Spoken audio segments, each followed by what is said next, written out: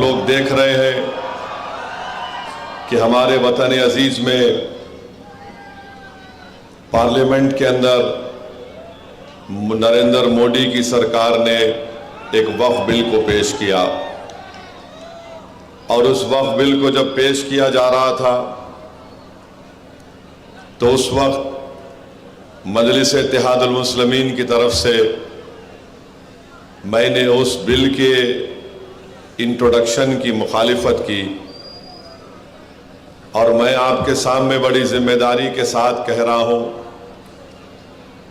कि बीजेपी और उनके तमाम साथी पार्टियां मिलकर भारत से वक्फ की जायदाद को ख़त्म करना चाहती हैं और बीजेपी के साथ शिंदे, बीजेपी के साथ अजीत पवार, और जब ये बिल पार्लियामेंट में पेश हुआ तो उस वक्त उद्धव ठाकरे के रुकने पार्लिमान लोकसभा में नहीं थे। मैं आपको बताने की ये कोशिश कर रहा हूं कि जब वक्फ का बिल पेश हुआ उस वक्त अगर पूरी दलीलों के साथ भारत के आईन का हवाला देते हुए अगर किसी एक रुकने पार्लिमान ने इस कानून को वक्फ को बर्बाद करने के लिए लाया जा रहा है, अगर किसी ने कहा तो उसका नाम असदुद्दीन ओवैसी और उस पार्टी का नाम मजलिस इत्तेहादुल मुस्लिमीन है। मेरे अजीज दोस्तों और बुजुर्गों, और आप लोग जानते हैं कि वक्फ अगर कोई करता है तो वाकिफ उसका मालिक नहीं होता, वो जब वक्फ करता है तो उसका मालिक अल्लाह सुब्हानहू व तआला हो जाता है। अब मोदी ये चाहती हैं कि वक्फ की जायदादों को कैसे छीन लिया जाए कि मालेगांव के या यहाँ के जिले के कलेक्टर को इख्तियार दे दिया गया कि अगर कोई रोड चलता आदमी जाकर कलेक्टर से कह दे कि ये जायदाद वक्फ की नहीं है तो कलेक्टर साहब इंक्वायरी ऑर्डर करेंगे और जैसे ही वो इंक्वायरी ऑर्डर करेंगे वो जायदाद वक्फ की नहीं रहेंगी।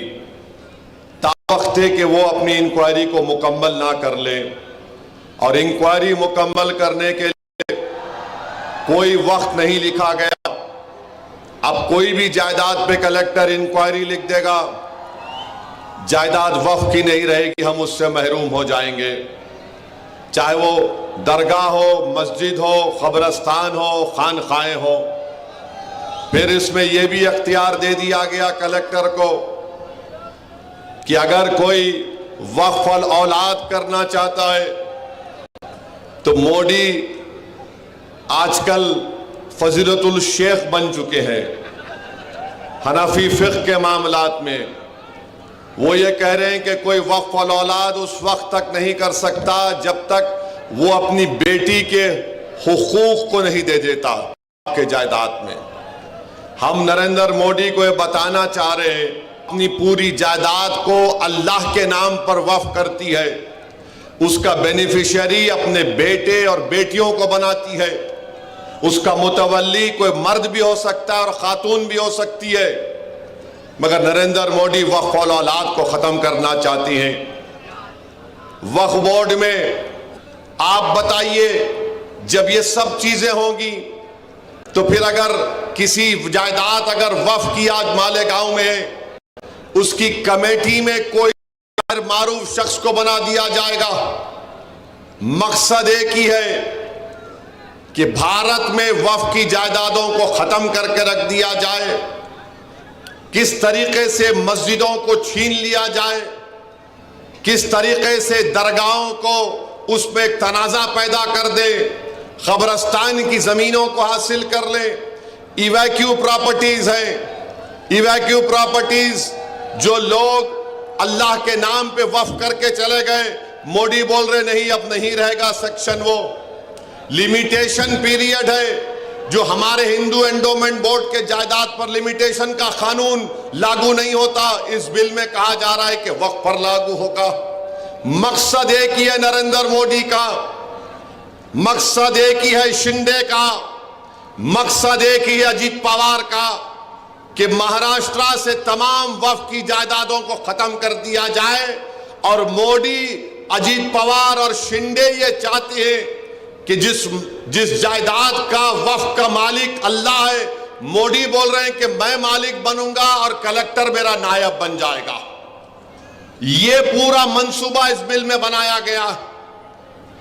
मैं आपको जिम्मेदारी के साथ कह रहा हूं, और याद रखिए, ये अजीत पवार, ये शिंदे, ये फडणवीस, ये सब मिलकर ये साजिश कर रहे हैं कि किस तरह पूरे मुल्क में वक्फ की जायदादों को बर्बाद कर दिया जाए।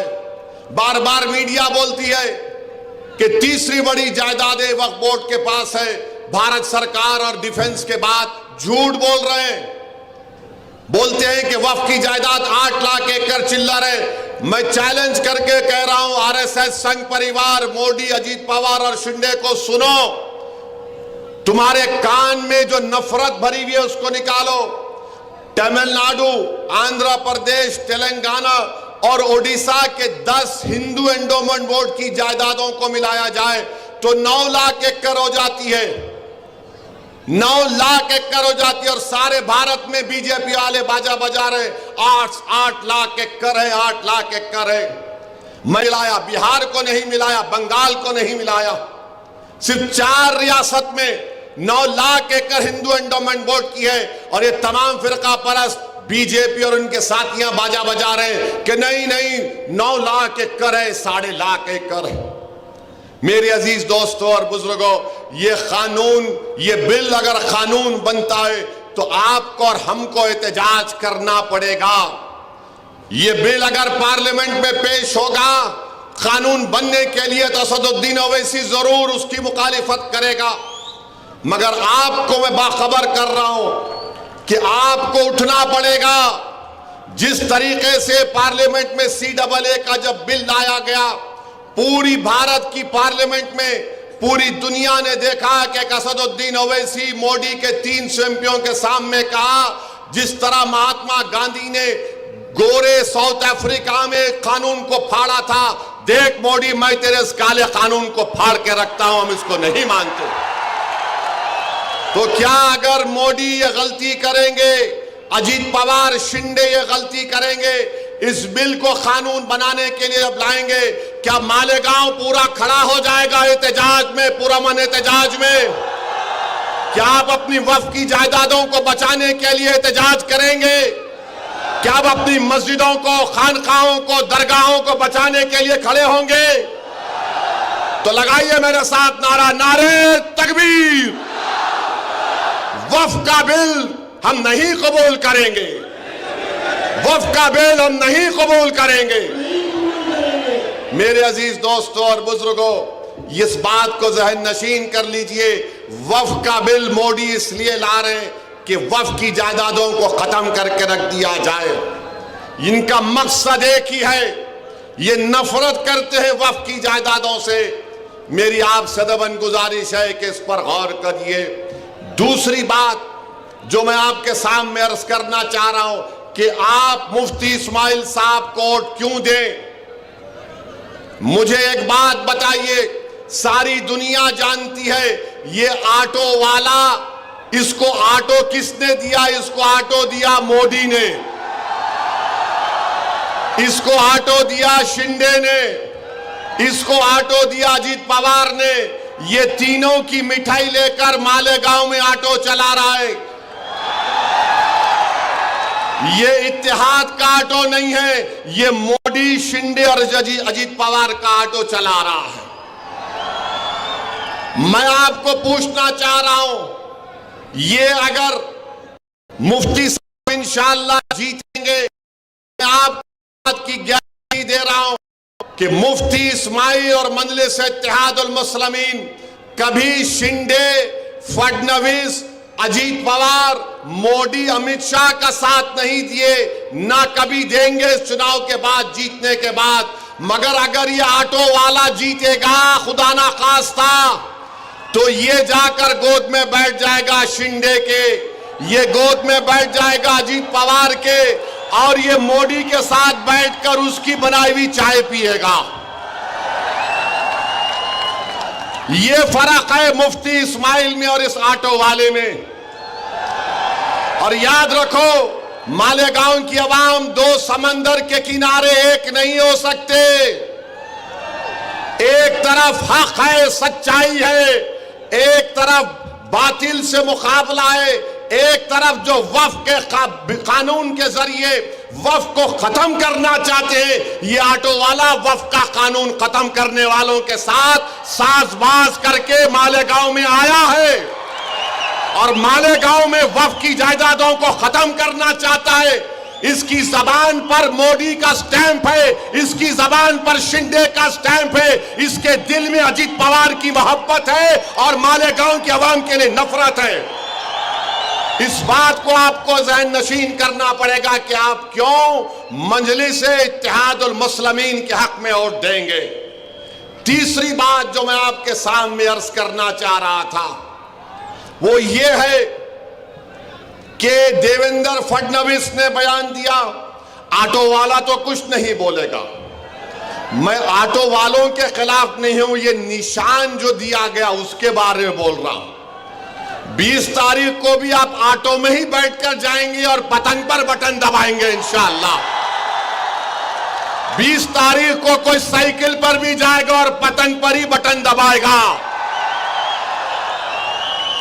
ऑटो तो हमारा गरीबों का चलाने का रोजगार का जरिया है, मगर ये अपने नफ्स के लिए, अपने तमाम अज़ाइम जो बुरे हैं उसकी तकमील के लिए, वक्फ की जायदादों को खत्म करने के लिए शख्स आया है। इसकी नीयत साफ नहीं है। जब पार्लियामेंट का इलेक्शन हुआ, धूलिया पार्लियामेंट में मालेगांव आता है तो बीजेपी को बड़ा पेट में दर्द हुआ कि मुफ्ती इस्माइल ने ऐसा कौन सा वजीफा पढ़ के फूंक दिया कि बीजेपी का सिटिंग एमपी हार गया। ताई जीती नहीं जीती? जीती ना, आपने भी दिया ना आपने ताई को वोट। मुफ्ती इस्माइल कहां खड़े थे और ये कहां खड़ा था? किधर खड़े थे दोनों? मेरे भाई, अब देवेंद्र फडणवीस बोल रहे मालेगांव सेंट्रल में वोट जिहाद हुआ, धर्म युद्ध हुआ।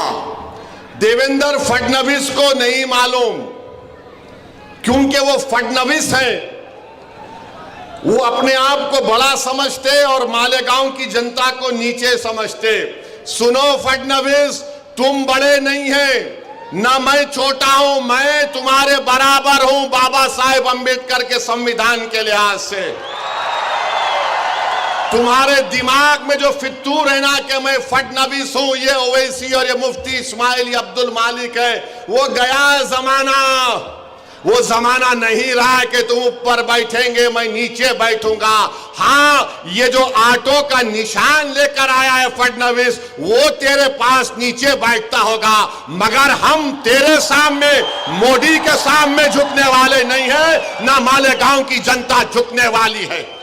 अब फडणवीस ने क्यों कहा? फडणवीस को तारीख नहीं मालूम। फडणवीस को हम जरा हिस्ट्री पढ़ाते हैं। फडणवीस सुनो, 1818 में यही मालेगांव था। मालेगांव के किले में मराठा और अंग्रेजों की जंग हुई। उस मराठाओं की फौज में मालेगांव के गयूर मुसलमान थे, जिन्होंने अंग्रेजों से खूब मुकाबला किया। 30 मुसलमान शहीद हुए मराठाओं की फौज में, और अंग्रेजों ने 36 बंदूक, तोप, 800 गोला बारूद और 35,500 गन पाउडर इस्तेमाल किया 1818 में। फिर 1921 में फडणवीस, सुनो, 1921 में नॉन कोऑपरेशन मूवमेंट हुआ तो मालेगांव के सरफिरे लोगों ने 47 में आजादी मिली। मालेगांव के लोगों ने कहा, 1921 में कहा कि अभी हम अंग्रेजों का परचम किले से निकालते, अंग्रेजों के परचम को निकालकर फेंक दिया। फडणवीस को नहीं मालूम, उनके पेट में दर्द हो रहा है, क्योंकि फडणवीस तुम्हारे पूर्वज नहीं थे, वो मुफ्ती इस्माइल अब्दुल मालिक के पूर्वज थे, जिन्होंने 1921 में झंडा निकाल दिया। तुम्हारे साथ तो वो शख्स बैठा हुआ है, तुम्हारे साथ फडणवीस वो शख्स बैठा हुआ है, तुम उसको मदद कर रहे हो, तुम उसको पनाह दे रहे हो, जो मालेगांव के जनता के घरों में, दीवारों में, दिलों में तोड़ना चाहता है, घर घर को बांटना चाहता है। और हमारे बुजुर्गों ने 1921 में फडणवीस अंग्रेजों के झंडे को निकाल दिया। और फडणवीस मरने वालों के नामा क्या थे? सुलेमान शाह, इस्राइल अल्लाह रखा, शाबान भिकारी, बुद्धू फरीदास, अब्दुल गफूर, अब्दुल्ला खलीफा और मोहम्मद हुसैन को अंग्रेजों ने जेल में टार्चर करके मार दिया। फडणवीस, क्या तुमको तकलीफ इसलिए हो रही है कि तुम्हारे ऊपर के लोग कोई नहीं थे, ये हमारे लोग थे पूरे? मालेगांव सेंट्रल, मालेगांव सेंट्रल, फडणवीस की जबान से क्या निकला? मालेगांव निकला नहीं निकला? निकला नहीं निकला मालेगांव? क्या कहा? वोट जिहाद, क्या कहा? धर्म युद्ध। तो फडणवीस ने क्या किया? अपने मोहरे को सामने कर दिया और मालेगांव की आवाम के सामने फडणवीस ने अपने मोहरे को, क्योंकि पार्लियामेंट का बदला लेना है, क्योंकि आपने बीजेपी को हरा दिया था, तो फडणवीस, शिंदे और अजित पवार ये चाह रहे कि पार्लियामेंट में तुम हमको हराए ना, अब हम हमारे मोहरे को सामने करेंगे ताकि दोबारा मुफ्ती इस्माइल मालेगांव के इत्तेहाद की ताकत पर कामयाब ना हो सके। समझ में आई मेरी बात? नहीं आई तो और बोलूं खुल के, और बोलूं?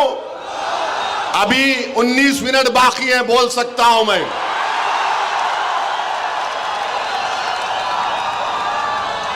तो ये बीजेपी, आरएसएस और मोदी को सबसे पूरी ज्यादा तकलीफ इस बात की है कि हम धूलिया कैसे हार गए, ये मालेगांव सेंट्रल वालों ने क्या काम कर दिया।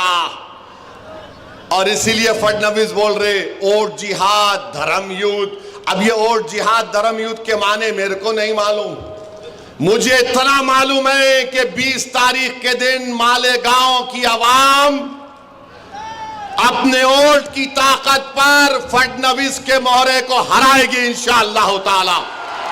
मुझे इतना मालूम कि मालेगांव की आवाम सुलेमान शाह, इस्राइल अल्लाह रखा, शाबान भिखारी, बुद्धू फरीदास, अब्दुल गफूर की कुर्बानियों को ताजा कर देगी और शिंदे और अजीत पवार के चमचे को जीतने नहीं देगी इंशाअल्लाह ताला।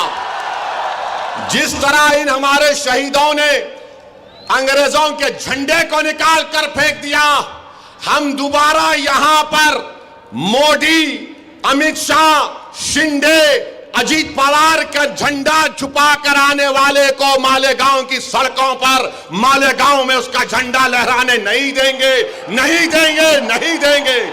मालेगांव में परचम लहराएगा तो इत्तेहाद का परचम लहराएगा, मालेगांव में परचम लहराएगा तो गुलामान मुस्तफा का परचम लहराएगा, मालेगांव में परचम लहराएगा तो आशिक़ रसूल का परचम लहराएगा, मालेगांव में परचम लहराएगा तो वफ़ की जायदादों को बचाने वालों का परचम लहराएगा, मालेगांव में परचम लहराएगा तो दरगाहों को आबाद करने वालों का परचम लहराएगा, मालेगांव में परचम लहराएगा तो दिलों को मिलाने वाले का परचम लहराएगा, बांटने वालों का परचम नहीं उठेगा, नहीं लहराया जाएगा इंशाअल्लाह।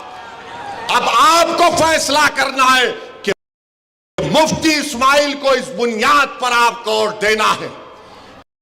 तुम क्या मोदी को कामयाब करोगे या मुफ्ती इस्माइल को कामयाब करोगे? बोलो, तुम क्या मोदी के एजेंट को कामयाब करोगे या अब्दुल मालिक को कामयाब करोगे? तुम क्या शिंदे को कामयाब करोगे या अपने आप को कामयाब करोगे? तुम क्या अपने आप को कामयाब करोगे या अजीत पवार की मिठाई लाकर बांटने वाले को कामयाब करोगे? ये फैसला मालेगांव की आवाम को करना है।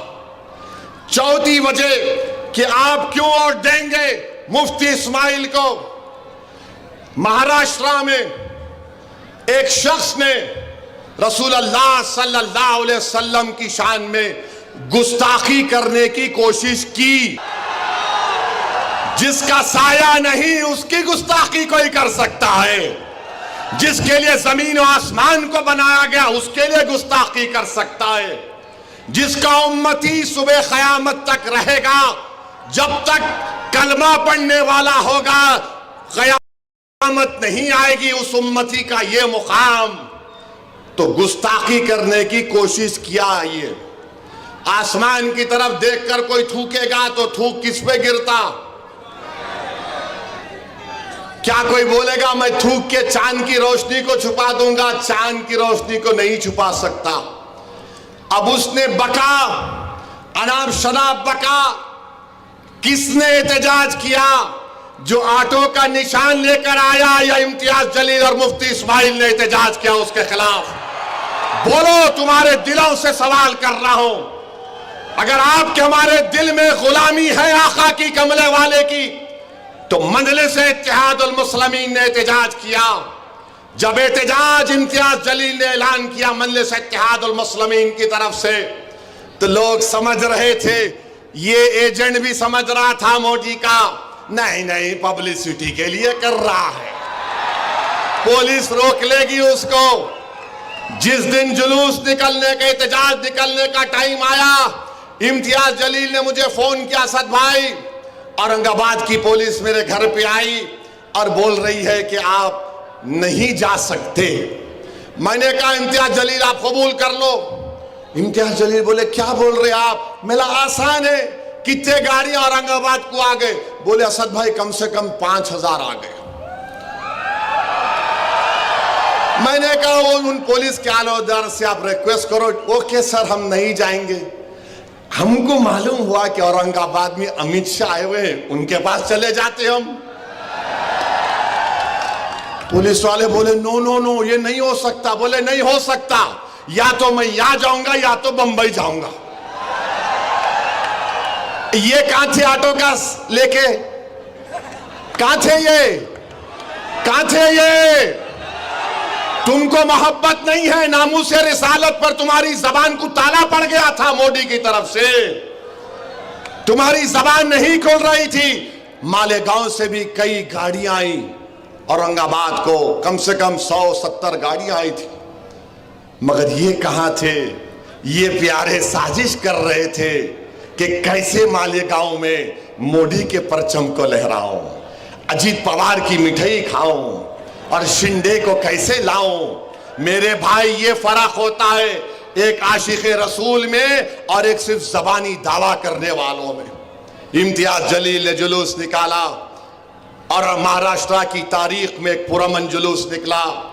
लोग समझ रहे थे कि दंगा होगा, मगर जो आशिक रसूल होता है, जो मदीने के बाजारों में बिक जाता है, उसको कोई खरीद नहीं सकता। मेरे भाई जुलूस निकला, एहतजाज हुआ, दुनिया ने देख लिया। आप कहां थे? ये कहां थे? नजर नहीं आए।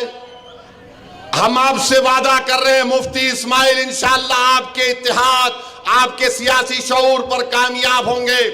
तो मजलिस इत्तेहादुल मुस्लिमीन के एमएलएस जब महाराष्ट्र की विधानसभा में जाएंगे, हम एक प्राइवेट मेंबर्स बिल असेंबली में देंगे कि किसी भी मजहब के बड़े रहनुमा या जो भी है उनके बारे में कोई भी अनाप शनाप बकेगा, वो नॉन बेलेबल ऑफेंस होगा, उसको नोटिस नहीं गिरफ्तार करके जेल को भिजाना चाहिए। ये काम हम करेंगे। दूसरा हम ये काम करेंगे कि मराठा रिजर्वेशन का मुतालबा करेंगे। अब फडणवीस को बात समझ में आई नहीं आई नहीं मालूम, मगर ये हमारी तारीख है। इस बुनियाद पर भी आपको मुफ्ती इस्माइल को वोट देना है। पांचवी बात यह है कि अब्दुल मालिक पर गोली कौन चलाया? अब्दुल मालिक पर गोली कौन चलाया? बोलो कौन चलाया? डरना नहीं, जबान को नकारा खल बनाकर पुकार कर बोलो कौन अब्दुल मालिक पर गोली चलाया? उसका नाम क्या है? बोलो।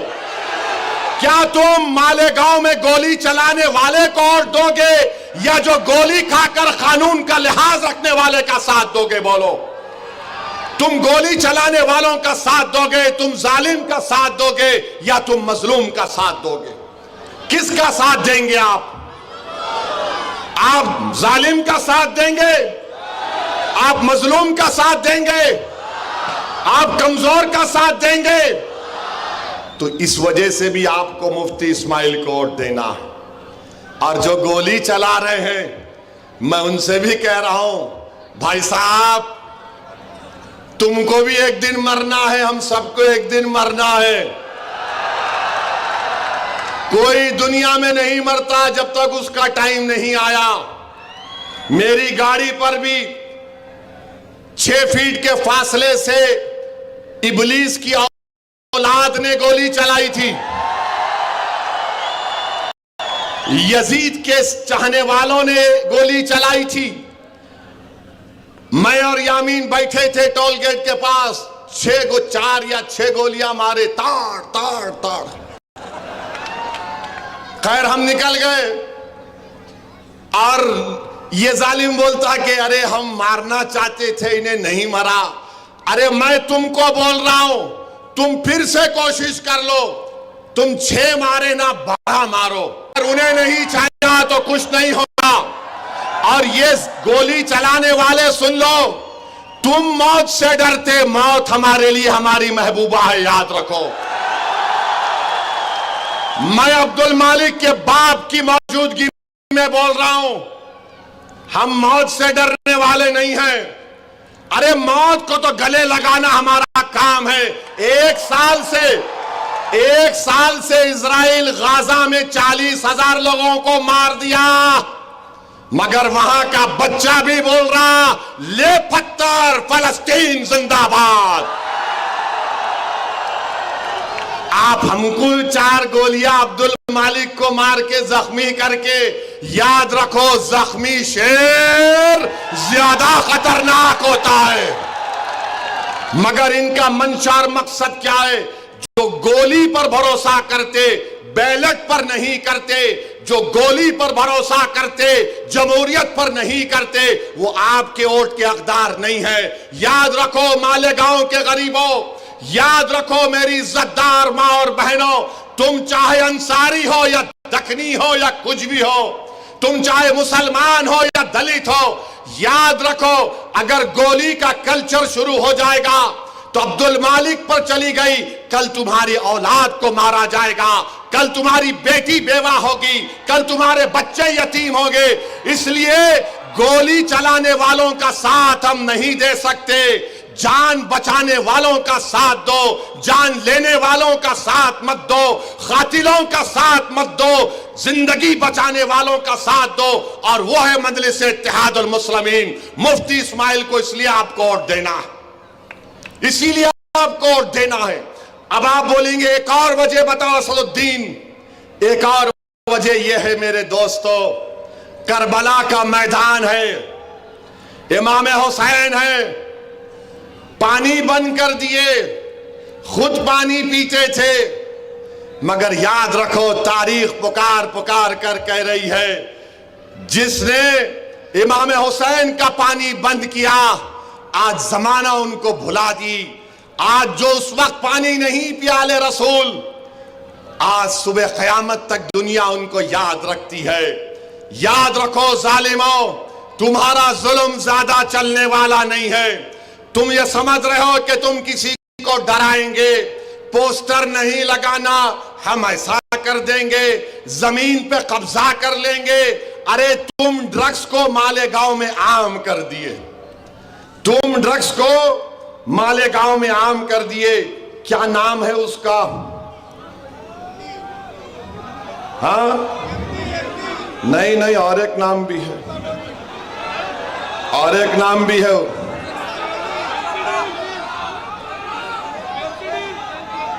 हाँ, ये जो ड्रग्स को क्या बोलते हैं? हाँ, ये बहुत से नाम है उसके। एक नाम ऑटो भी, मालेगांव में आप देख लीजिए, ड्रग्स कौन आम कर रहा है। पुलिस जानती है कि ड्रग्स का कारोबार करने वाले कौन हैं। बच्चों की जिंदगियां बर्बाद कर रहे हैं, बच्चों को बर्बाद कर रहे हैं। तो जो शख्स नामूसे रिसालत में आगे नहीं बढ़ा, जो शख्स यजीदियों की तरह बिहेव कर रहा है, गोली चलाने वालों का साथ दे रहा है, जो शख्स वक्फ की जायदादों को खत्म करने वालों का साथ दे रहा है। और याद रखो, ये जो आका की शान में गुस्ताखी किया कमली वाले की, अब बात जहन में आई कि मेरे अजीज दोस्तों और बुजुर्गों, जो रसूल अल्लाह सल्लल्लाहु अलैहि वसल्लम की शान में गुस्ताखी करता है, हदीस में आया कि वो वलदुर हराम होता है। वलीद बिन मुगीरा, इसकी ऐब आका ने बयान कर दिए थे। अब जो एहतजाज नहीं किया, तो क्या तुम उससे भी मिले हुए हो प्यारे? क्या तुम उससे भी डील कर लिए क्या? तो मेरे अजीज दोस्तों और बुजुर्गों, हम आपसे अदबन गुजारिश करने आए हैं कि 20 नवंबर के दिन आपको मुफ्ती इस्माइल साहब कोट इसलिए भी देना है जो मालेगांव के हर मजहब के मानने वालों को साथ लेकर चल सके, जो मालेगांव के हर मसलक के लोगों को साथ लेकर चल सके, जो मालेगांव के हर फिरके के लोगों को साथ लेकर चल सके, जो मालेगांव के दिलों को जोड़ने का काम कर सके, जो मालेगांव के इख्तलाफात को कम करने का काम कर सके। ये काम सिर्फ मजलिस-ए इत्तेहादुल मुस्लिमीन कर सकती है। ये शिंदे, अजीत पवार और मोदी का एजेंट नहीं कर सकता। ये सुनो मेरी बात को, अगर ये लोग अपनी साजिश में खुदा ना खास्ता लाखों बार कामयाब हो जाएंगे, ये हमारे घरों की दीवारों को तोड़कर रास्ता बना लेंगे। ये तुम्हारे घरों की दीवारों को तोड़कर रास्ता बना देंगे। मुफ्ती इस्माइल मजलिस कामयाब होगी तो तुम्हारे घरों की दीवारों का तहफ्फुज होगा, तुम्हारी बुनियादें मजबूत होंगी, इख्तलाफात कम किए जाएंगे। मैं आपसे दरखास्त कर रहा हूं कि मोदी, अमित शाह, अजीत पवार और शिंदे के मोहरे को कामयाब होने मत दीजिए। वो आपके वोट का मुस्तहक नहीं है। मुफ्ती इस्माइल कोई फरिश्ता नहीं है, ना मैं कोई फरिश्ता हूं, मगर जितनी बातें मैं आपके सामने रखा हूं, बताओ एक बात जो मैंने कही कि तुम क्यों देना चाहिए और क्यों उनको नहीं देना चाहिए। एक चीज बताओ मुफ्ती इस्माइल में, बताओ, कोई बता सकता है? शिकायत होगी, मगर यह तो नहीं है कि मुफ्ती इस्माइल मोदी, अमित शाह, शिंदे, अजीत पवार का मोहरा है। यह तो नहीं बोल सकते कि मुफ्ती इस्माइल ने नामूसे रिसालत के बारे में एहतजाज नहीं किया। यह तो नहीं बोल सकते कि मुफ्ती इस्माइल और मजलिस इत्तेहादुल मुस्लिमीन कभी भी बीजेपी, अमित शाह, शिंदे और अजीत पवार का साथ देगी। और हद तो यह है, यह कौन सी महाविकास अघाड़ी है? कांग्रेस भी लड़ रही है, समाजवादी भी लड़ रही है। ये क्या हो रहा है? कौन सा तुम्हारा अघाड़ी है? मकसद क्या है?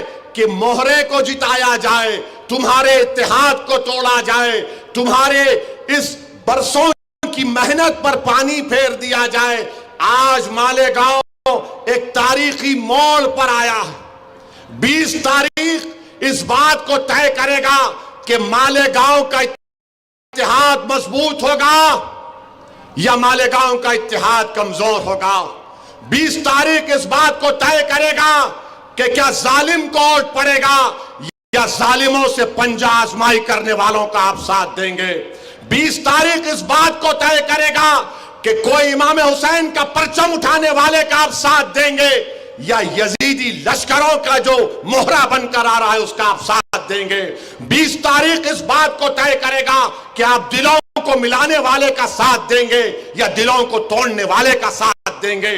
20 तारीख इस बात को तय करेगा कि अब्दुल मालिक को इंसाफ मिलेगा या फिर और ऐसे अब्दुल मालिक पर गोलियां चलाई जाएंगी। 20 तारीख इस बात को तय करेगा कि मालेगांव में जो लोग नशा दे रहे हैं, ड्रग्स दे रहे, हम उनका ताक़ुब करेंगे या फिर वो हम पर हावी हो जाएंगे। हम 20 तारीख इस बात को तय करेगा कि अगर दोबारा महाराष्ट्र में कोई नामूसे रिसालत पर कोई बकवास करेगा तो हम एहतजाज करने वालों का साथ देंगे या फिर जालिमों से जाकर हाथ मिलाने वालों का साथ देंगे। तो बताओ मालेगांव की आवाम, बताओ मेरी मां और बहनों, किसका साथ दोगे आप? किसका साथ दोगे आप? बताओ, हाथ उठाकर बताओ। आप मुफ्ती इस्माइल का साथ देंगे?